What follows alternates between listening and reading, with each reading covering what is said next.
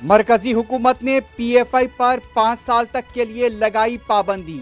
UAPA के तहत कलअदम तंजीम करार दिया।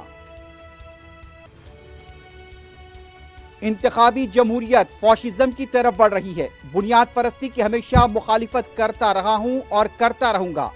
पीएफआई पर पाबंदी की हिमायत नहीं की जा सकती। बैरिस्टर ओवैसी की प्रेस कॉन्फ्रेंस। नवी मुंबई में पीएफआई के दफ्तर से बोर्ड हटा दिए गए। पूना में एमएनएस ने मनाया जश्न।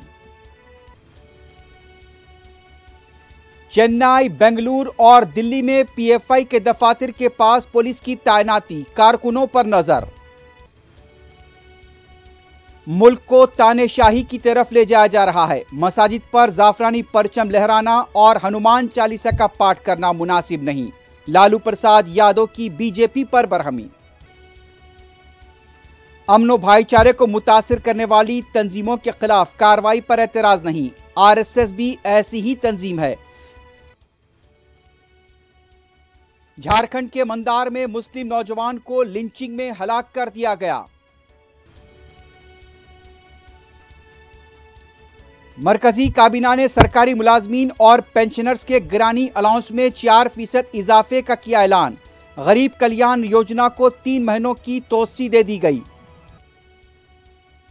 अयोध्या में लता मंगेशकर चौक का वजीर आजम नरेंद्र मोदी ने किया इफ्तिताह। गुलकारा को खराज।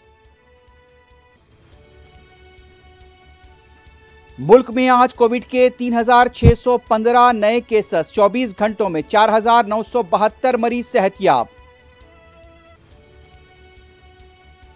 सऊदी फरमारवा शाह सलमान बिन अब्दुल अजीज ने अपने फर्जंद वली अहद मोहम्मद बिन सलमान को किया वजीर आजम मुकर्रर।